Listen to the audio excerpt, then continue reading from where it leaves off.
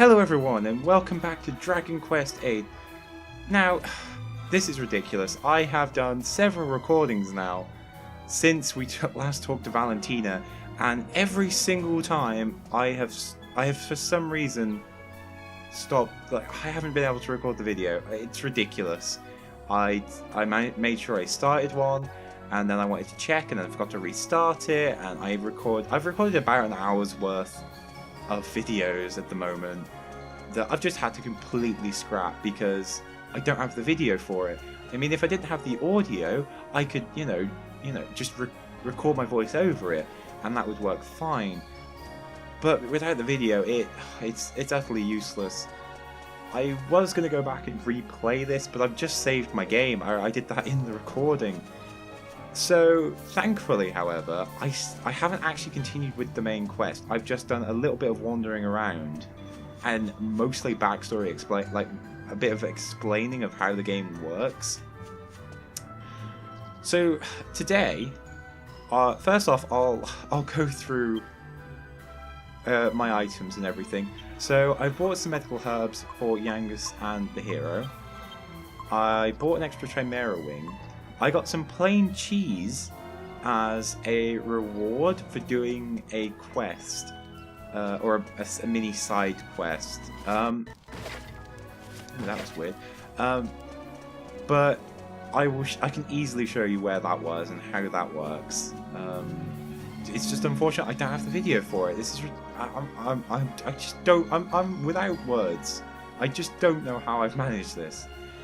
Okay, so first off, I'm going to give a brief explanation, because this is the third time I've done it now, of all of these stats. So, we've got strength, which is their baseline strength. It determines how much damage they'll do with a weapon in physical combat. So, you'll notice that when we get into battles that the hero and Yangus are doing much more damage than you'll have last seen against those initial slimes. Because their strength is much higher now. Agility, the higher this is, the more likely you're going to go first when you're fighting monsters and when you take your turns in regards to them. This isn't 100%, so someone with a lower agility might take their turn first, but if you're trying to get your healer, for example, to go first, then you want to give them you want them to have a high agility. Resilience, resistance to poisons and sleep and curses, things. That's generally what resilience characterizes. Wisdom is your spells. So the higher your wisdom is, the more damage your offensive spells will do. It's generally only offensive spells that will apply to, because as you'll see here, my field magic, which I've learned, the heal spell will heal at least 30. Your wisdom might account for it healing between 30 and 35, but generally it's offensive spells you're thinking of with wisdom. Attack defense, that's the combination of, it's how much attack you have overall.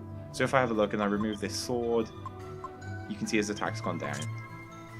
Defense, the same thing, just with these defensive items. Experience, your total experience you've gained. You can see that mine and Yangus's are the same because neither of us have died in combat. Meaning that if, for example, Yangus died, he wouldn't get the experience from that battle, but if I managed to kill the rest of the enemies, I would get the experience, and so you'd see some difference here. The skill points underneath, Yangus has just gotten a level up, but you apply those to the items you want to use. So, for example, Yangus is going to be using axes as soon as we find one, and the hero I'm going to put on spears. But you want to choose 2 of these, really.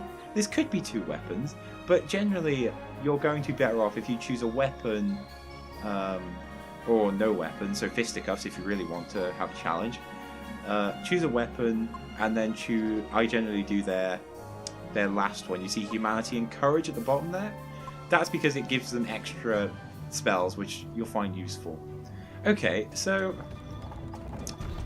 to make use of today, or this episode at the very least, what I'm going to do is do another bit of... I don't know how to explain what I mean. I'm going to go clear up some chests and generally follow my pattern. Whenever I play Fairy, the process I follow is you go get the cheese, which I'll show you later, and we go get this chest. Then you get some levels up, fight a monster, and then you can do the waterfall. It's quite simple. It's a quite simple strategy that I follow, just because it's always worked. So, running out of town, this is the path you might recognise from where the game started from. So we're going to continue along this path.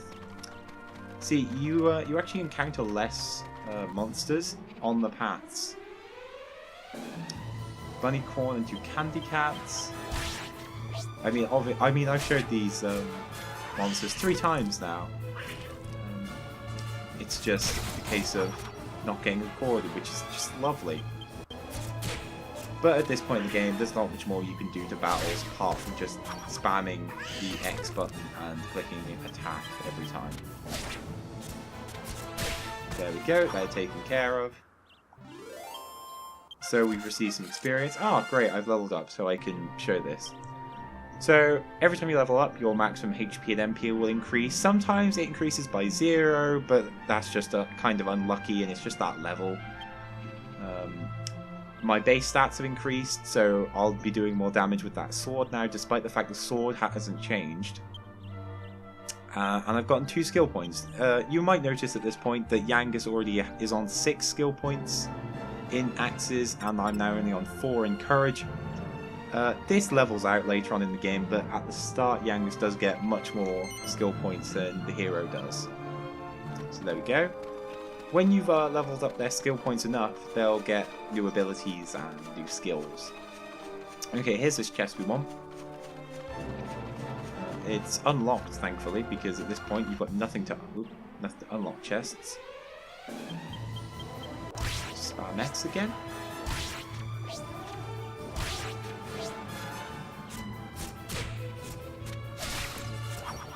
The main strategy at this point in the game is how you use your spells and healing items. So for example, both of us, if I had much lower health, I'd be using heal, which I've learned from, I think it was level 3, to heal myself, or a medical herb, which does exactly the same thing. One thing I will also point out is that this game does not work with levels up like Skyrim does.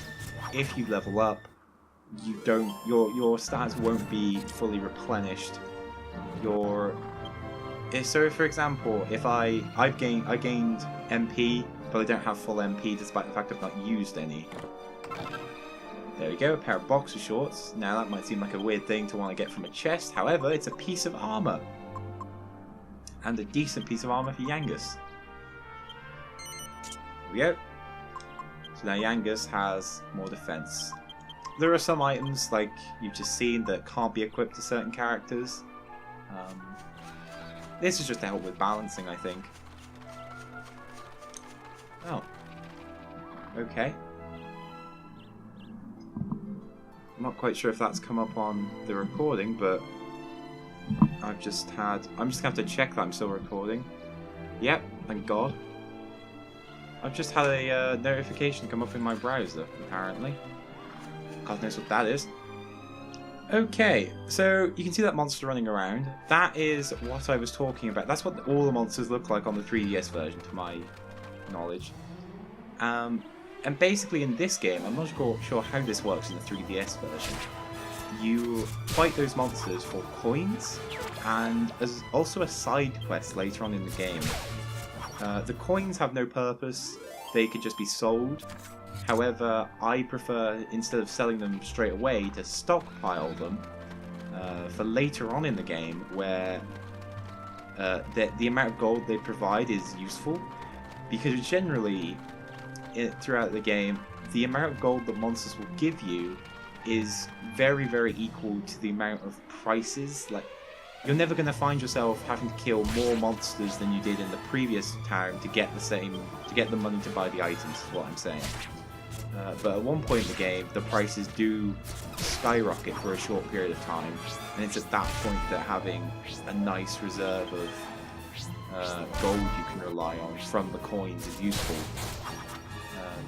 You might be wondering why not just sell them all straight away and have the money.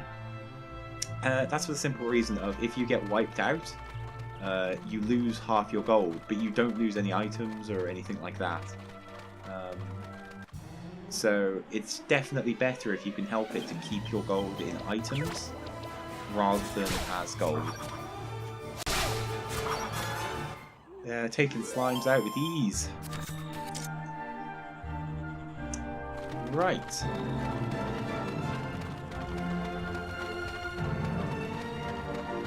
We are now return. It's always a good idea to return to town once you've done what you went out to do. I mean, I could stay out longer and heal myself and, you know, go do the next thing I want to do, but when town's so close, it's better just to come back and get a rest and be fully replenished. It's much more worthwhile to spend the 6 gold now than the gold to buy back medical herbs, or even worse, if you die and lose half your gold. Right, okay. So, this episode's been going for about 11 minutes, I think. What I will do now is show you the waterfall, and that will catch you up to where... to basically what I've shown in the previous videos. It might seem kind of shocking to try that I'm trying to condense essentially an hour's worth of lost footage into about 10 minutes, but you'll understand why when we get there, because I basically go to the same area and just running around like you've already seen. Ah, yeah, if I there was a small bit of dialogue with Trode you will have missed, because when I left the town there was a bit of talking. If I remember, I will find a clip of that, and I think I'll stick it in the end of the video. I was going to say I'll stick it in here, but whilst I'm running around, that won't make much sense. So if you're interested, stick on after the end of the video, and you can watch that. It's not very important though, so if you can live without it, you really don't need to. Right. Oh yeah, you might be wondering where I've got these items. Some of these items from the leather shield you find in a well in the town. Did I do that in the first episode? I can't remember. Okay, so basically loot all of Fairbury and look in the well, and you'll get all the items that I found. Apart from this, and I think this, but mostly this. This is quite a powerful healing item that I didn't even think you could get at this point in the game.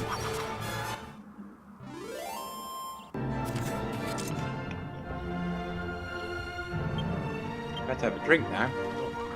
Normally I can manage about the 30 minutes that I've been recording without having any problems, but this is now turning on to be more of an hour.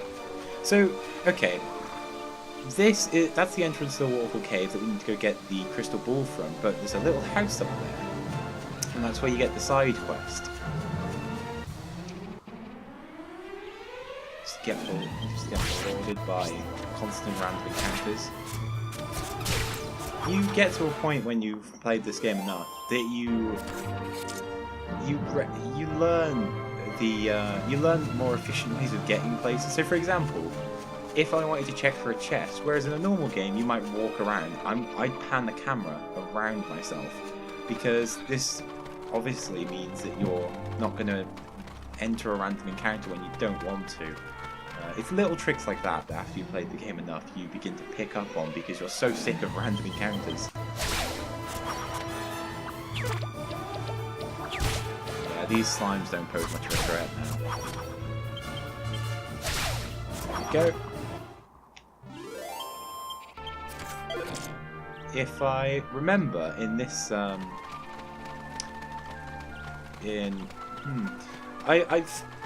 got a guide for each of the bosses in this game, simply for the reason that I like to know that I'm at a good level, because I can never remember what level I'm supposed to be at.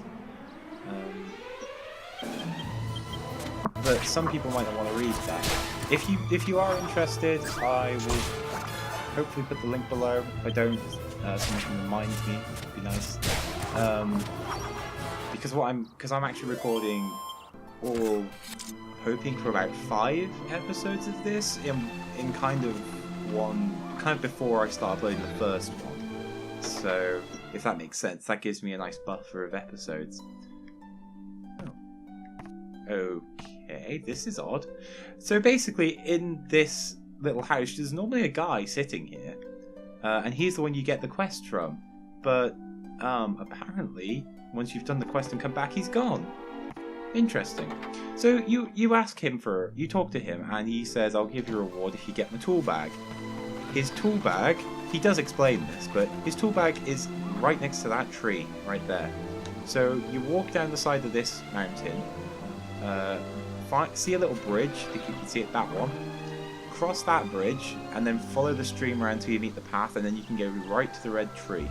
When you're at the red tree, if you look in the direction towards that building over there, that we can't get to yet, by the way, and walk towards it, you should be able to find a chest with a couple hundred gold in, which is extremely useful.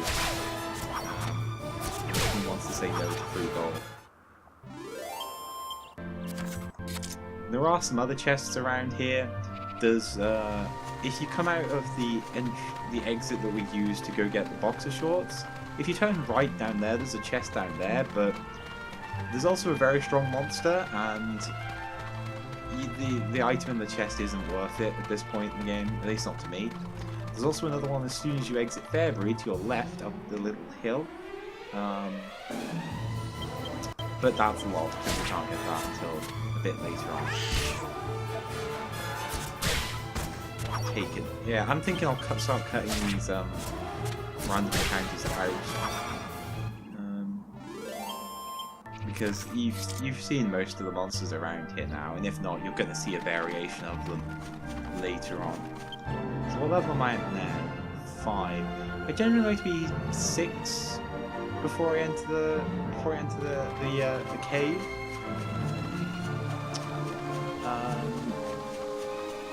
Yeah. How long have you been going? I'm going about 17 minutes. Okay, these guys are fun. But they still die. Most stuff will die in 2 hits or less. In Fairbury.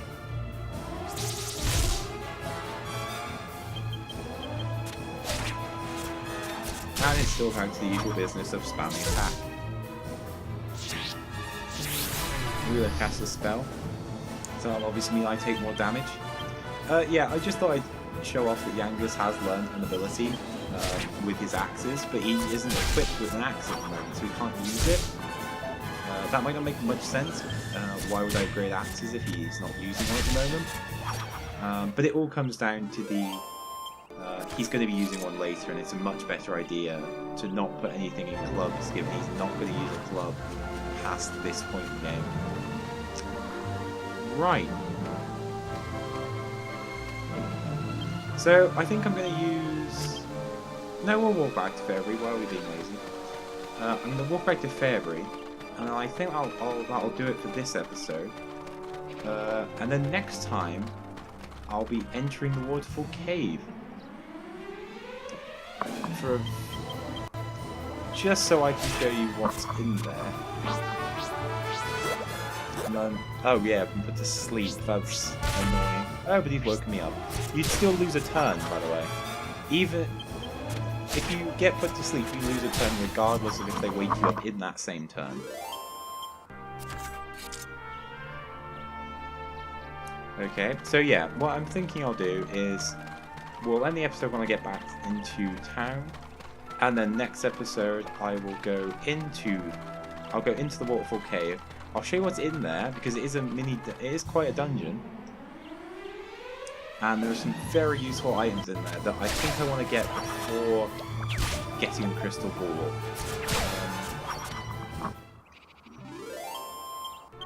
go. Oh, that must be where I got the Fail Ramos Echo Essence from. If you're thinking maybe you should, if you get any of these, they're not valuable in terms of, in the game you can just buy them quite soon. Not soon in terms of time, but soon in terms of the length of the game. It's not too far away.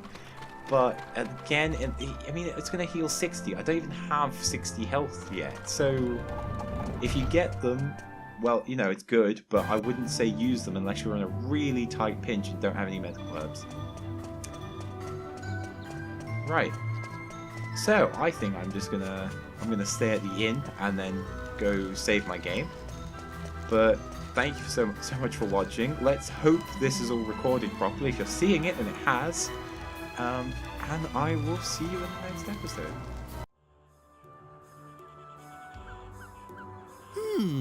I see. Magnificent! Such devotion to her father. I'm impressed. Just how a daughter should be. And if this Calderasher gets his powers back, there's nothing he can't find, am I right? Then we'll kill 2 birds with 1 stone. If everything goes according to plan, we'll find out where that hateful Dulmagus is. The time's getting on. Medea and I will stay outside. That's the last time we set foot in a barbaric town like this. But you should spend the night at the inn and rest well, so that you're ready to take on the world tomorrow. In the morning, we leave for the Waterfall Cave.